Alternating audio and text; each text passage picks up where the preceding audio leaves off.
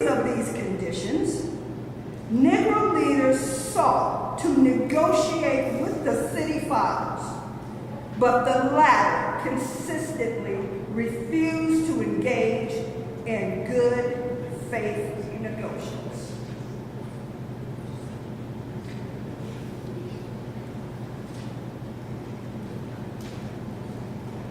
Ms. Brenda Stever, Program Director, Social Work at Marian University.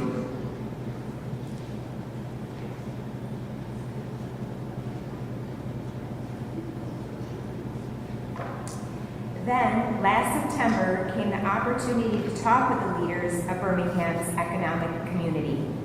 In the course of the negotiations, certain promises were made by the merchants. For example, to remove the store's humiliating racial signs. On the basis of these promises, the Reverend Fred Shuttlesworth and the leaders of the Alabama Christian Movement for Human Rights agreed to a moratorium on all demonstrations. As the weeks and months went by, we realized that we were the victims of a broken promise. A few signs, briefly removed, were returned. The others remained. As in so many past experiences, our hopes had been blasted, and the shadow of deep disappointment settled upon us. We had no alternative except to prepare for direct action, whereby we would present our very bodies as the means of laying our case before the conscience of the local and national community. Mindful of the difficulties involved, we decided to undertake a process of self-purification. We began a series of workshops on nonviolence, and we repeatedly asked ourselves, are you able to accept blows without retaliating? Are you able to endure the ordeal of jail? We decided to schedule our direct action program for the Easter season, realizing that except for Christmas, this is the main shopping period of the year. Knowing that a strong economic withdrawal program would be the byproduct of direct action, we felt that we would be the best time to bring measure to bear on the merchants for the needed change. Then it occurred to us that Birmingham's mayoral election was coming up in March, and we speedily decided to postpone the action until after Election Day. When we discovered that the Commissioner of Public Safety, Eugene Bull Connor, had piled up enough votes to be in the runoff, we decided to again postpone our action until the day after, and then so the runoff could demonstrate, the demonstrations could not be used to cloud the issues. Like many others, we waited to see Mr. Connor defeated. And to this end, we endured postponement after postponement. Having aided in this community need, we felt that our direct action program could be delayed no longer.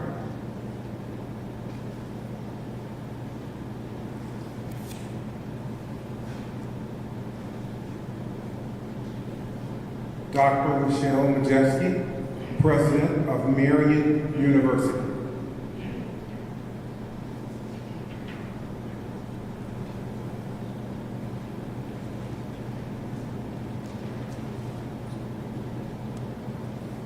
You may well ask, why direct action? Why sit-ins, marches, and so forth? Isn't negotiation a better path? You are quite right in calling for negotiation. Indeed, this is the very purpose of direct action. Nonviolent direct action seeks to create such a crisis and foster such a tension that a community which has constantly refused to negotiate is forced to confront the issue. It seeks so to dramatize the issue that it can no longer be ignored. By citing the creation of tension as part of the work of the nonviolent resistor may sound rather shocking, but I must confess that I am not afraid of the word tension. I have earnestly opposed violent tension, but there is a type of constructive, nonviolent tension which is necessary for growth. Just as Socrates felt that it was necessary to create a tension in the mind so that individuals could rise from the bondage of myths and half-truths to the unfettered realm of creative analysis and objective appraisal, so must we see the need for nonviolent gadflies to create the kind of tension in society that will help men rise from the dark depths of prejudice and racism to the majestic heights of understanding and brotherhood. The purpose of our direct action program is to create a situation so crisis-packed that it will inevitably open the door to negotiation. I therefore concur with you in your call for negotiation. Too long has our beloved Southland been bogged down in a tragic effort to live in monologue rather than dialogue. One of the basic points in your statement is that the action that I and my associates have taken in Birmingham is untimely. Some have asked, why didn't you give the new city administration time to act? The only answer that I can give to this query is that the new Birmingham administration must be prodded about as much as the outgoing one before it will act. We are sadly mistaken if we feel that the election of Albert Caldwell as mayor will bring the millennium to Birmingham.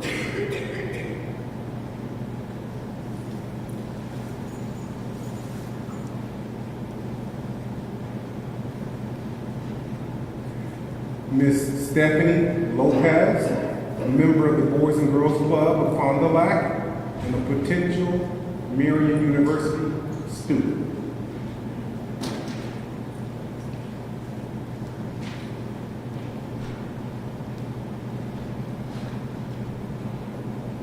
While Mr. Boutwell is a much more gentle person than Mr. Connor, they are both segregationists. Dedicated to the maintenance of the status quo, I have hope that Mr. Boutwell will be more reasonable enough to see the futility of massive resistance of desegregation. But he will not see this without pressure from devotees of civil rights. My friends, I must say to you that we have not made a single gain in civil rights without determined legal and nonviolent pressure. Lamentably, it is an historical fact that privileged groups seldom give up their privileges voluntarily. Individuals may see the group's moral light and voluntarily give up their unjust posture. But as Reinhold Niebuhr has reminded us, groups tend to be more immoral than individuals. We know through painful experiences that freedom is never voluntarily given by the oppressor. It must be demanded by the oppressed.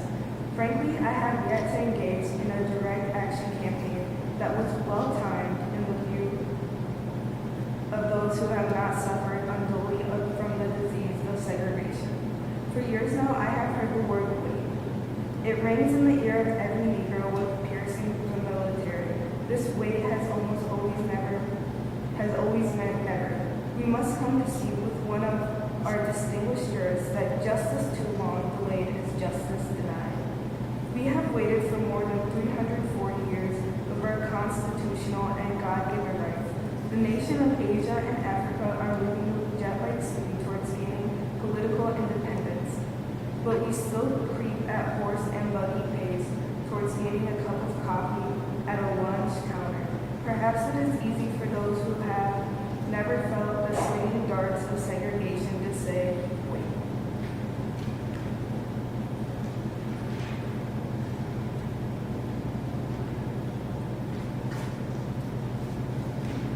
Mr. Robert Cooper, Senior, at Marian University from Milwaukee, Wisconsin.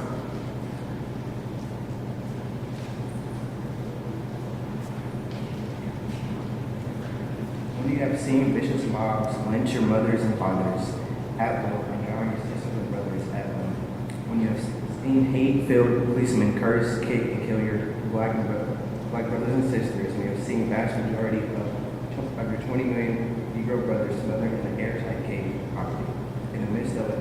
society. You have suddenly find your tongue twisted and your speech stammered as you seek to explain to your 6-year-old daughter why she can't go to the public amusement park that has been advertised on television, and see the tears swelling up in her eyes when she was told that Fun Town is closed to colored children. See ominous clouds of inferiority beginning to form in her mental sky, and see the beginnings to distort her personality by developing an unconscious bitterness towards white people. You can concoct an answer for a 5-year-old son who is asking, "Daddy, why do white people treat colored people so mean?" When you take a cross-county drive and find it necessary to sleep night after night in the uncomfortable corners of your automobile because no motel will accept you. When you are humiliated day in and day out by magnet signs reading white and color. When your first name becomes nigger, your middle name becomes boy, however old you are, and your last name becomes John. And your wife and mother are never given a respected title to Mrs. And you are harried by the day and haunted by the night by the fact that you are living constantly at tiptoe stance, never quite knowing what to expect next. And you are plagued with inner fears and outer resentments when you are forever fighting a generating sense of no-lightness. Then you will understand why you find it difficult to wait. There comes a time when the cup of endurance runs over, and men are no longer willing to be plunged into the abyss of despair. Hope serves you to understand our legitimate and unavoidable impatience. We express a great deal of anxiety over our willingness to break the law. This is certainly a legitimate discernment. Since we are diligently urge people to obey the Supreme Court's decision of 1954 outlines segregation in the public schools, at first glance it may seem rather paradoxical thus to consciously break the law. One may ask, how can you advocate for breaking some laws and ban others? And the answer lies in the fact that there are 2 types of laws, just and unjust. I would be the first to advocate for ban just laws. One has not only a legal but moral responsibility to obey that just laws. Conversely, one has a moral responsibility to disobey unjust laws. I would agree with St. Augustine that unjust laws is no law.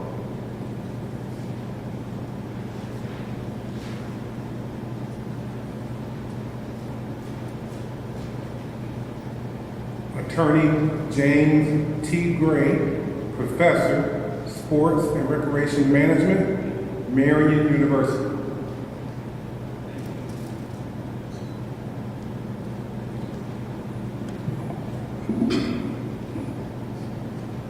Now, what is the difference between the two? How does one determine whether a law is just or unjust? A just law is a man-made code that squares with the moral law or the law of God. An unjust law is a code that is out of harmony with the moral law. To put it in the terms of St. Thomas Aquinas, an unjust law is a human law that is not rooted in eternal law and natural law. Any law that uplifts human personality is just. Any law that degrades human personality is unjust. All segregation statutes are unjust because segregation distorts the soul and damages the personality. It gives the segregator a false sense of superiority, and it gives the segregated a false sense of inferiority. Segregation, to use the terminology of the Jewish philosopher Martin Buber, substitutes an I-it relationship for an I-thou relationship and ends up relegating persons to the status of things. Hence, segregation is not only politically, economically, and sociologically unsound, it is morally wrong and sinful. Paul Tillich has said that sin is separation. Is not segregation an existential expression of man's tragic separation, his awful estrangement, his terrible sinfulness? Thus it is that I can urge men to obey the 1954 decision of the Supreme Court, for it is morally right. And I can urge them to disobey segregation ordinances, for they are morally wrong. Let us consider a concrete example of just and unjust laws. An unjust law is a code that a numerical or power majority group compels a minority group to obey, but does not make binding on itself.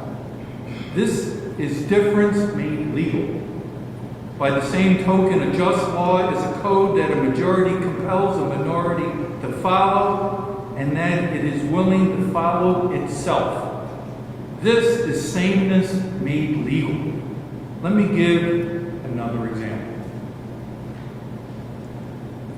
A law is unjust if it is inflicted on a minority that, as a result of being denied the right to vote, had no part in enacting or devising the law. Who can say that the legislature of Alabama, which set up that state segregation, was democratically elected? Throughout Alabama, all sorts of devious methods are used to prevent Negroes from becoming registered voters, and there are some counties in which, even though Negroes can constitute a majority of the population, not a single Negro is registered. Can any law enacted under such circumstances be considered democratically structured?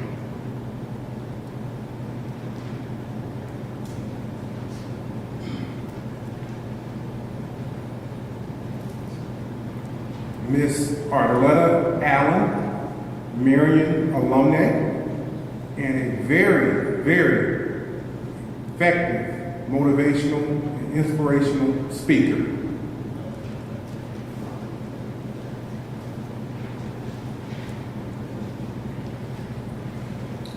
Sometimes, a law is just on its face and unjust in its application. For instance, I have been arrested on a charge of parading without a permit. Now, there's nothing wrong in having an ordinance which requires a permit for parading, but such an ordinance becomes unjust when it is used to maintain segregation and to deny citizens the First Amendment privilege of peaceful assembly and protest. I hope you are able to see the distinction I'm trying to point out. In no sense do I advocate evading of defying the law, as with the rabid segregationists. That would lead to anarchy. One who breaks an unjust law must do so openly, lovingly, and with a willingness to accept the penalty. I submit that an application or an individual who breaks a law that conscience tells him is unjust and who willingly accepts the penalty of imprisonment in order to arouse the conscience of the community over its injustice is in reality expressing the highest respect for the law. Of course, there's nothing new about this kind of civil disobedience. It was evident sublimely in the refusal of Shadrach, Meshach, and Abednego to obey the laws of Nebuchadnezzar. On the ground that a higher moral law was at stake, it was practiced superbly by the early Christians who were willing to face hungry lions and the excruciating pain of chopping blocks, rather than submit to certain unjust laws of the Roman Empire. To a degree, academic freedom is a reality today because Socrates practiced civil disobedience. In our nation, the Boston Tea Party represented a massive act of civil disobedience.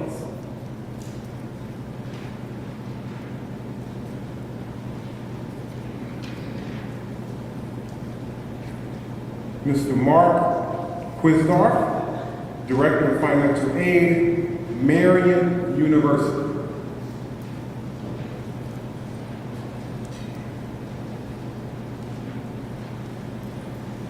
We should never forget that everything Adolf Hitler did in Germany was legal, and everything the Hungarian freedom fighters did in Hungary was illegal. it was illegal to aid and comfort a Jew in Hitler's Germany. Even so, I am sure that, had I lived in Germany at the time, I would have aided and comforted my Jewish brothers. If today I lived in a communist country where certain principles dear to the Christian faith are suppressed, I would openly advocate disobeying that country's anti-religious laws. I must make two honest confessions to you, my Christian and Jewish brothers. First, I must confess that over the past few years, I have been gravely disappointed with the white moderate. I have almost reached the regrettable conclusion that the Negro's great stumbling block in this stride toward freedom is not the white citizen's counselor or the Ku Klux Klaner, but the white moderate, who is more devoted to order than to justice, who prefers a negative peace, which is the absence of tension, to a positive peace, which is the presence of justice, who constantly says, I agree with you in the goal you seek, but I cannot agree with your methods of direct action, who paternalistically believes he can set the timetable for another man's freedom, who lives by a mythical concept of time, and who constantly advises the Negro to wait for a more convenient season. Shallow understanding from people of goodwill is more frustrating than absolute misunderstanding from people of ill will. Lukewarm acceptance is much more bewildering than outright rejection. I had hoped that the white moderate would understand that law and order exist for the purpose of establishing justice, and that when they fail in this purpose, they become the dangerously structured dams that block the flow of social progress.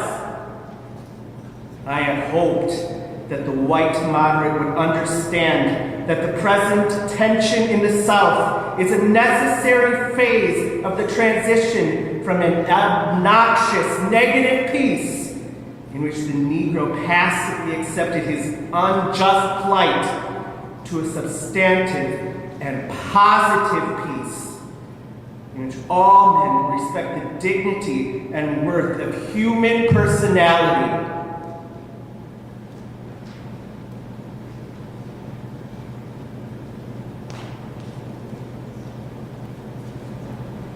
Mr. Kevin Simmons, a senior at Marian University from Milwaukee, Wisconsin.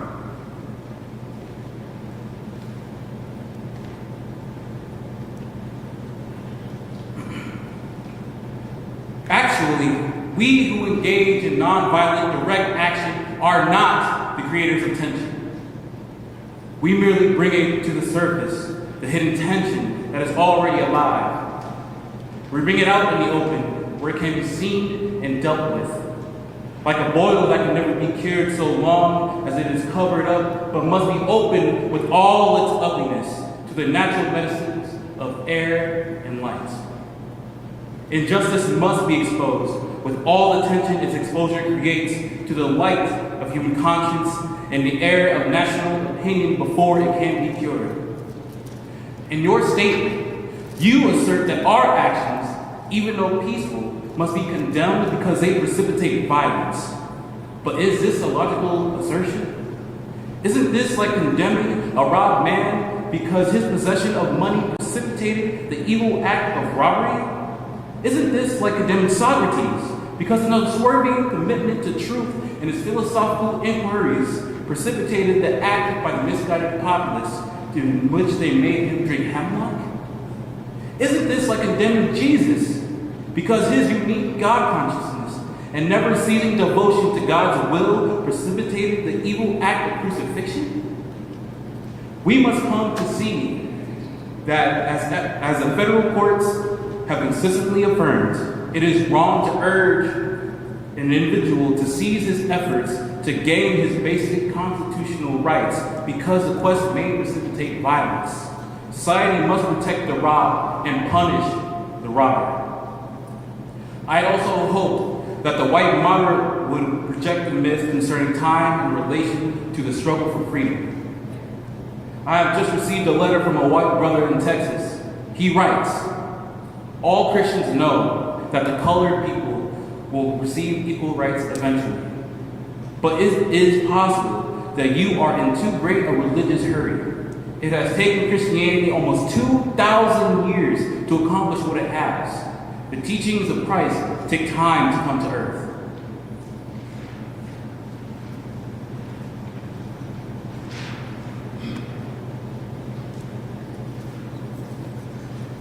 Mr. Adonis Lee, Marian alumnus and director of ticket sales for the Dock Spiders here in Fond du Lac.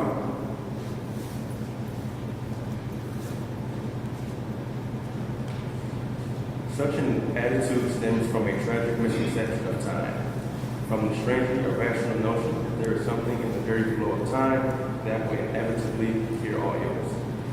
Actually, time itself is neutral. It can be used either destructively or constructively. More and more, I feel that the people of ill will have used time much more effectively than the people of goodwill. We will have time to repent in this generation, not merely for the hateful words and actions of the bad people, but for the appalling silence of the good people.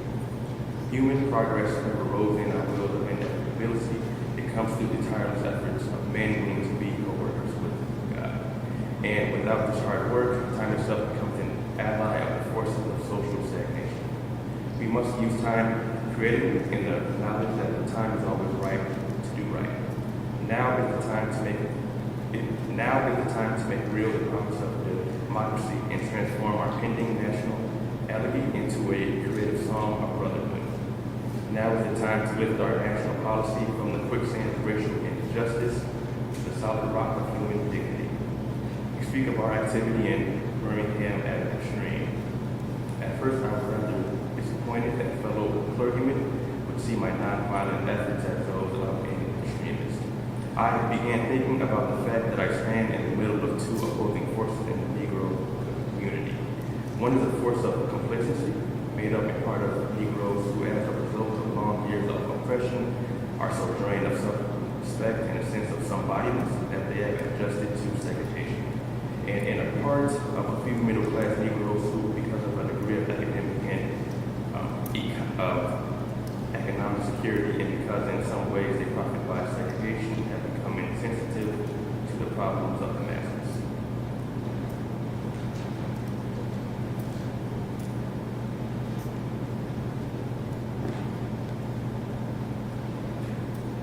Ms. Jacqueline Cohall, Marian alumna, assistant in communications and corporate public relations, Northwestern Mutual, Milwaukee, Wisconsin.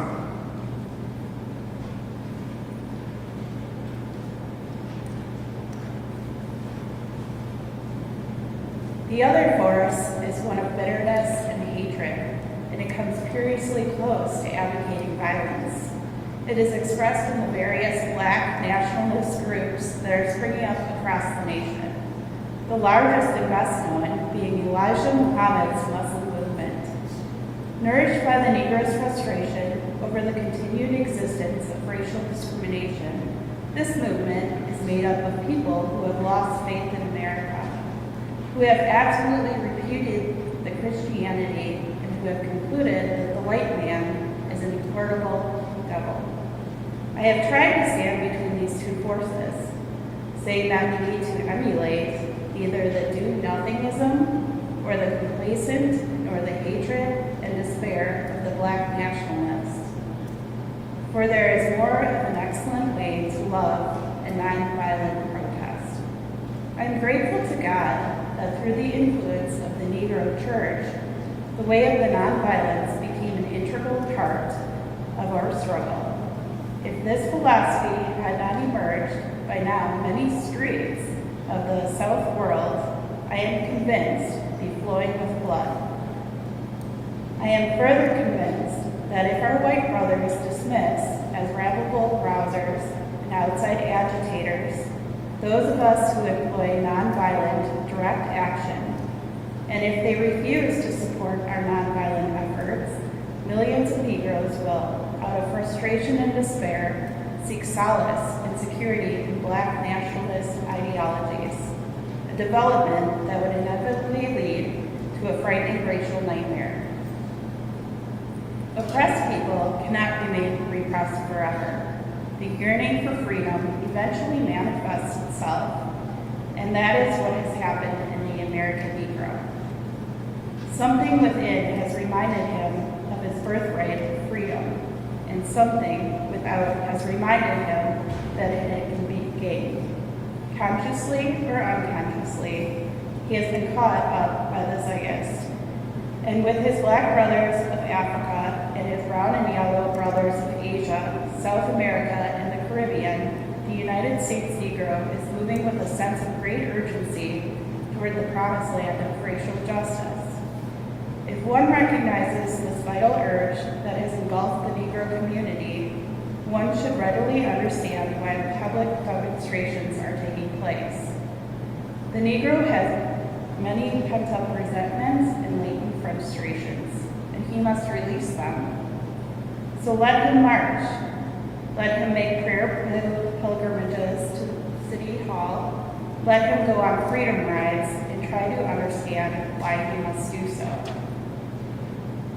If his repressed emotions are not released in nonviolent ways, they will seek expression through violence. This is not a threat, but a fact of history. So I have not said to my people, get rid of your discontent.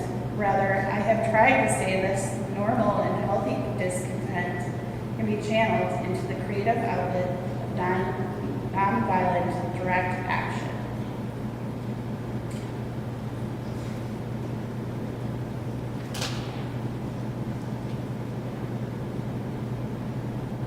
Ms. Shemaine Brown, owner, Camp Virtual Assistant in Fond du Lac, Wisconsin.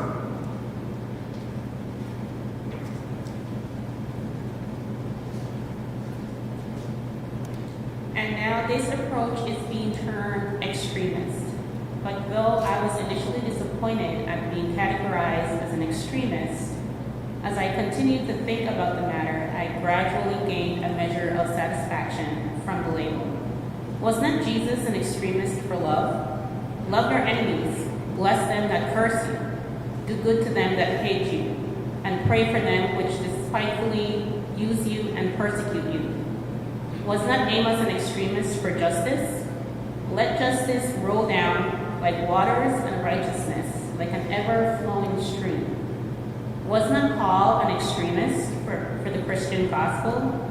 I bear in my body the marks of the Lord Jesus. Was not Martin Luther an extremist? Here I stand. I cannot do otherwise, so help me God. And John Bunyan, I will stay in jail to the end of my days before I make a butchery of my conscience. And Abraham Lincoln, this nation cannot survive half slave and half free. And Thomas Jefferson, we hold these truths to be self-evident that all men are created equal. So the question is not whether we will be extremists, but what kind of extremists will we be? Will we be extremists for hate or for love? Will we be extremists for the preservation of injustice or for the extension of justice? We must, in that dramatic scene on Calvary's Hill, 3 men were crucified. We must never forget that all 3 were crucified for the same crime, the crime of extremism. 2 were extremists for immorality, and thus fell below their environment. The other, Jesus Christ, was an extremist for love, truth, and goodness, and thereby rose above his environment. Perhaps the South, the nation, and the world are in dire need of creative extremists. I had hoped that the white moderate would see this need. Perhaps I was too optimistic.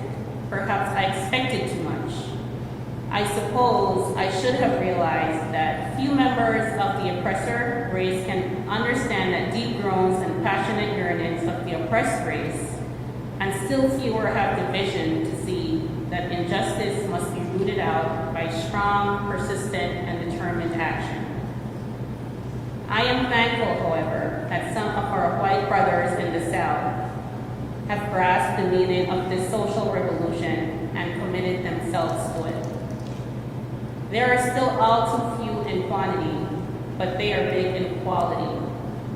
Some, such as Ralph McGill, Lillian Smith, Harry Golden, James McBride Dabbs, Ann Braden, and Sarah Patton Boyle have written about our struggle in eloquent and prophetic terms. Others have marched with us down nameless streets of the South. They have languished in filthy, roach-infested jails, suffering the abuse and brutality of policemen who view them as dirty nigger lovers. Unlike so many of their moderate brothers and sisters, they have recognized the urgency of the moment and sensed the need for powerful action antidotes to combat the disease of segregation.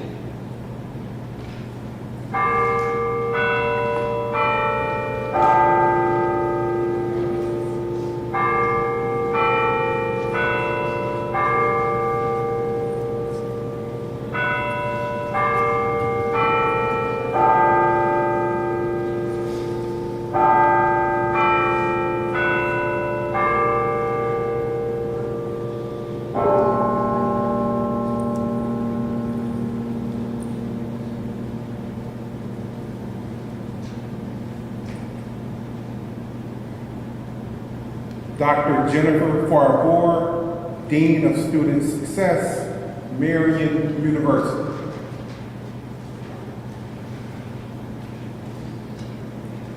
Let me take note of my other major disappointment.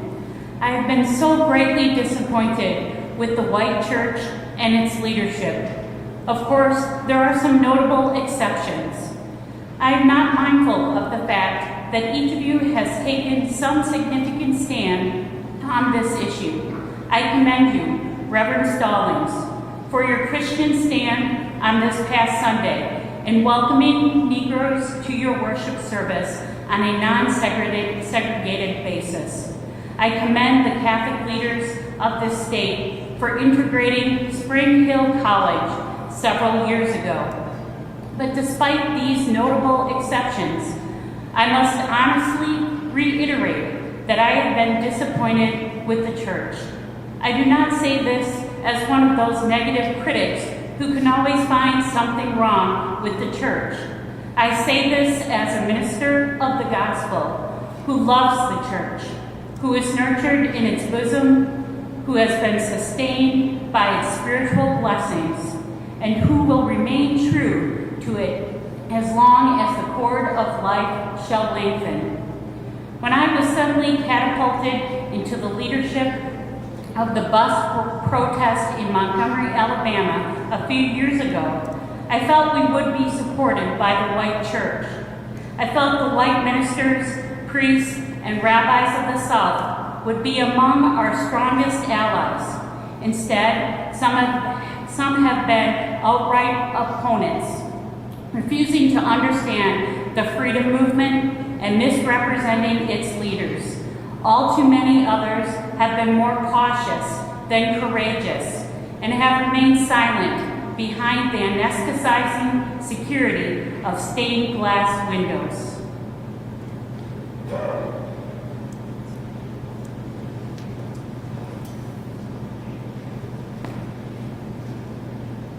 Next up, Andrell Piscaino, violinist, the Milwaukee High School of the Arts.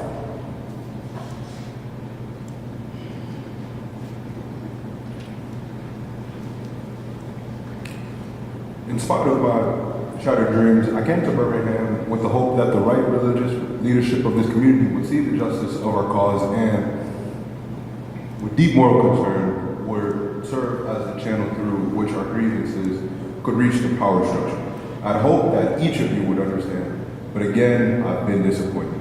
I've heard numerous Southern religious leaders admonish their worshipers to comply with the desegregation decision because it is the law. But I've longed to hear white ministers declare follow this degree because integration is morally right and because the Negro is your brother.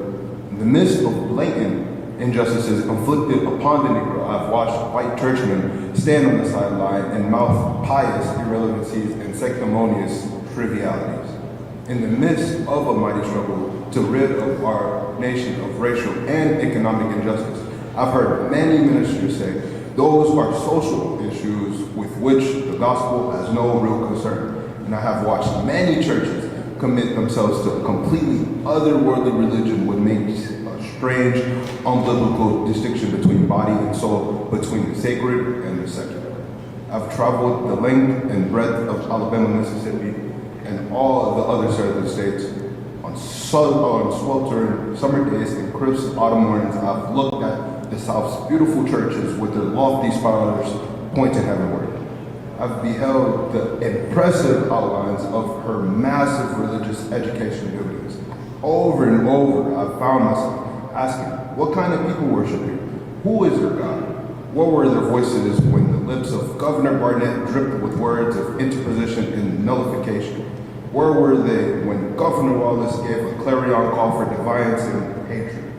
Where were their voices of support when bruised and weary Negro men and women decided to rise from the dark dungeons of complacency to the bright hills of creative protest?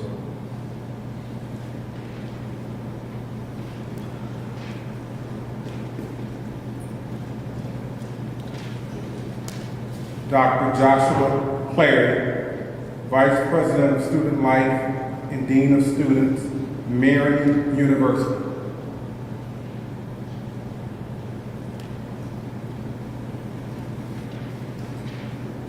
Yes, these questions are still in my mind. In deep disappointment, I have wept over the laxity of the church. But be assured that my tears have been tears of love. There can be no deep disappointment where there is not deep love. Yes, I love the church. How could I do otherwise? I am in the rather unique position of being the son, the grandson, and the great-grandson of preachers. Yes, I see the church as the body of Christ. But oh, how have we blemished and scarred that body through social neglect and through fear of being nonconformists. There was a time when the church was very powerful, in the time when the early Christians rejoiced at being deemed worthy to suffer for what they believed. In those days, the church was not merely a thermometer that recorded the ideas and principles of popular opinion. It was a thermostat that transformed the mores of society. Whenever the early Christians entered a town, the people in power became disturbed and immediately sought to convict the Christians for being disturbers of the peace and outside agitators.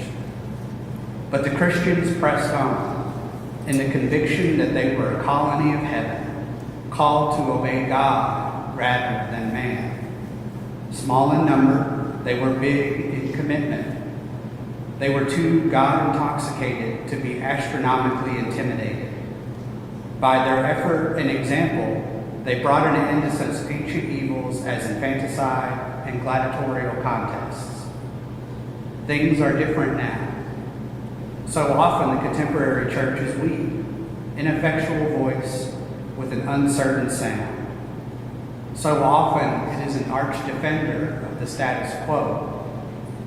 Far from being disturbed by the presence of the church, the power structure of the average community is consoled by the church's silent and often vocal sanction of things as they are.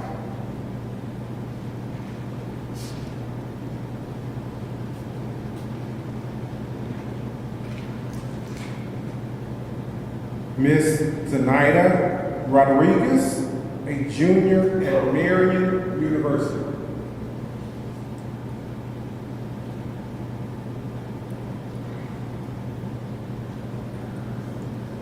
But the judgment of God is upon the church as never before.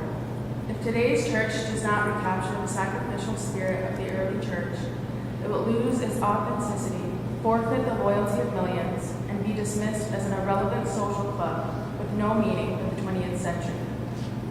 Every day I meet young people whose disappointment with the church has turned into outright disgust. Perhaps I have once again been too optimistic. Is organized religion too inextricably bound to the status quo to save our nation and the world? Perhaps I must turn my faith to the inner spiritual church, the church within the church, as the true ecclesia and the hope of the world. But again, I am thankful to God that some noble souls from the ranks of organized religion have broken loose from the paralyzing chains of conformity and joined us as active partners in the struggle for freedom. They have left their secure congregations and walked the streets of Albany, Georgia with us. They have gone down the highways of the South on torturous rides for freedom.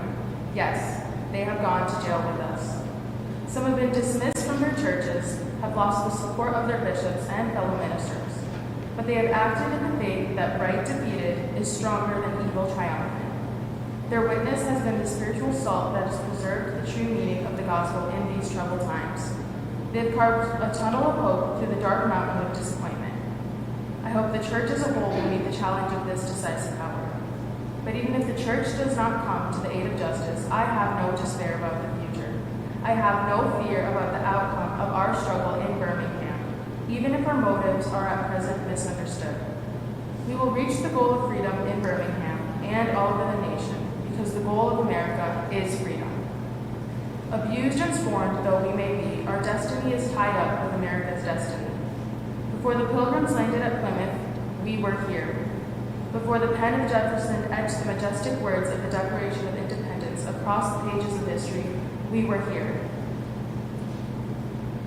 For more than 2 centuries, our forebears labored in this country without wages. They made cotton king. They built the homes of their masters while suffering gross injustice and shameful humiliation. And yet, out of a bottomless vitality, they continued to thrive and develop. If the inexpressible cruelties of slavery could not stop us, the opposition we now face will surely fail. We will win our freedom because the sacred heritage of our nation and the eternal will of God are embodied in our echoing demands.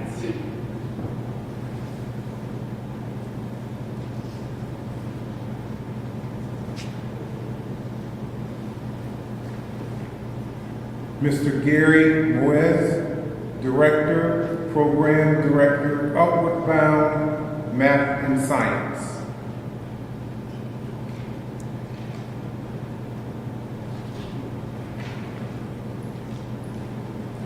Before closing, I feel impelled to mention one other point in your statement that has troubled me profoundly.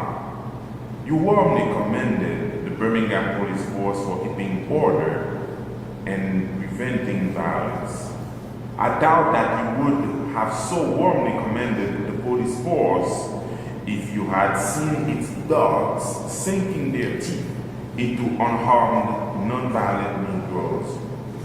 I doubt that you would so quickly commend the policemen if you were to observe their ugly and inhumane treatment of Negroes here in the city jail.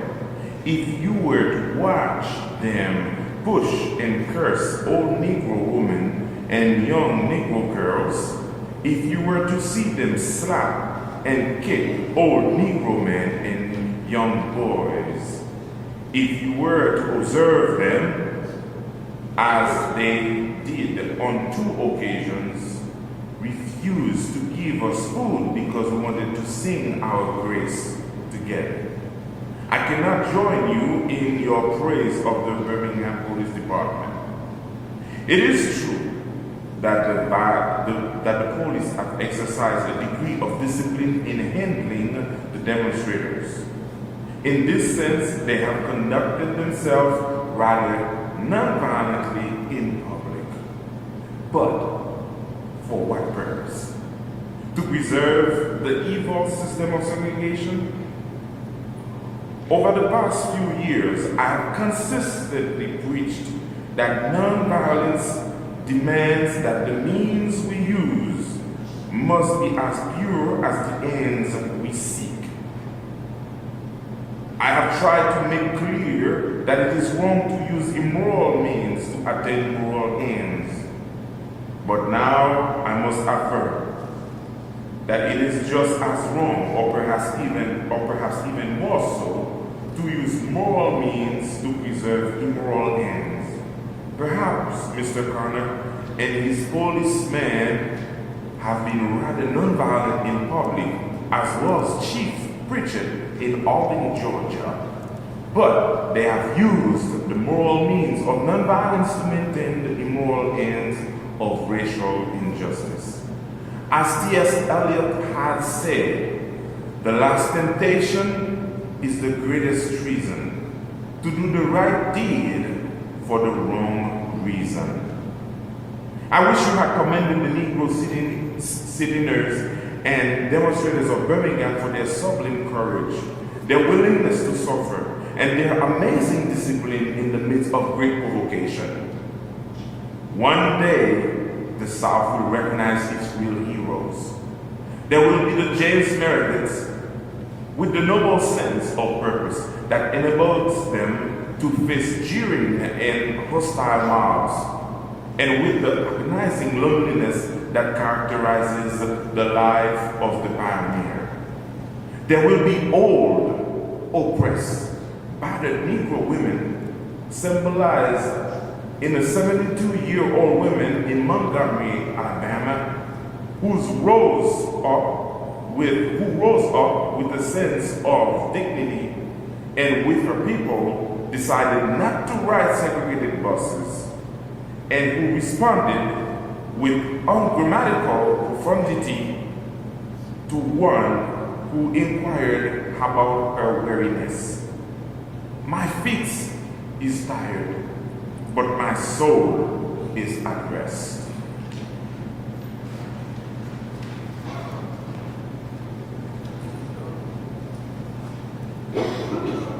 Miss Daisy Frazier will bring it all home for us. She's an absolute community treasure.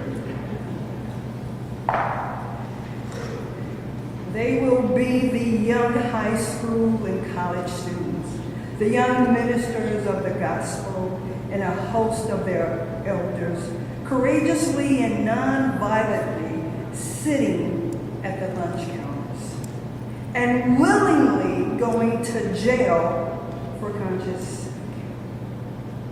One day, the South will know that when these disinherited children of God sat down at the lunch counters, they were in reality standing up for what is best in the American dream and for the most sacred values in our Judeo-Christian heritage, thereby bringing our nation back to those great wells of democracy which were dug deep by the founding fathers in their formulations of the Constitution and the Declaration of Independence. Never before have I written so long a letter. I'm afraid it is much too long to take your precious time. I can assure you that it would have been much shorter if I had been writing from a comfortable desk. But what else can one do when he is alone in a narrow jail cell other than write long letters, think long thoughts, and pray long prayers? If I have said anything in this letter that overstates the truth and indicates an unreasonable impatience, I beg you to forgive me. If I have said anything that understates the truth and indicates my having a patience that allows me to settle for anything less than brotherhood, I beg God to forgive me. I hope this letter finds you strong in the faith. I also hope that circumstances will soon make it possible for me to meet each of you, not as an integrationist or a civil rights leader, but as a fellow clergyman and a Christian brother. Let us all hope that the dark clouds of racial prejudice will soon pass away and the deep fog of misunderstanding will be lifted from our fear-drenched communities. And in some not too distant tomorrow, the radiant stars of love and brotherhood will shine over our great nation with all their scintillating beauty. Yours for the cause of peace and brotherhood, Martin Luther King, Jr.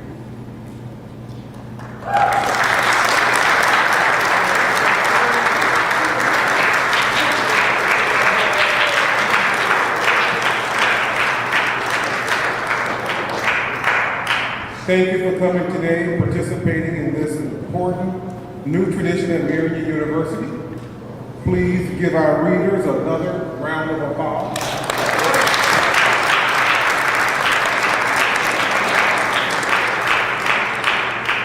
That concludes our reading, and we would like to have the speakers gather up front to take a photo. So thank you, everyone.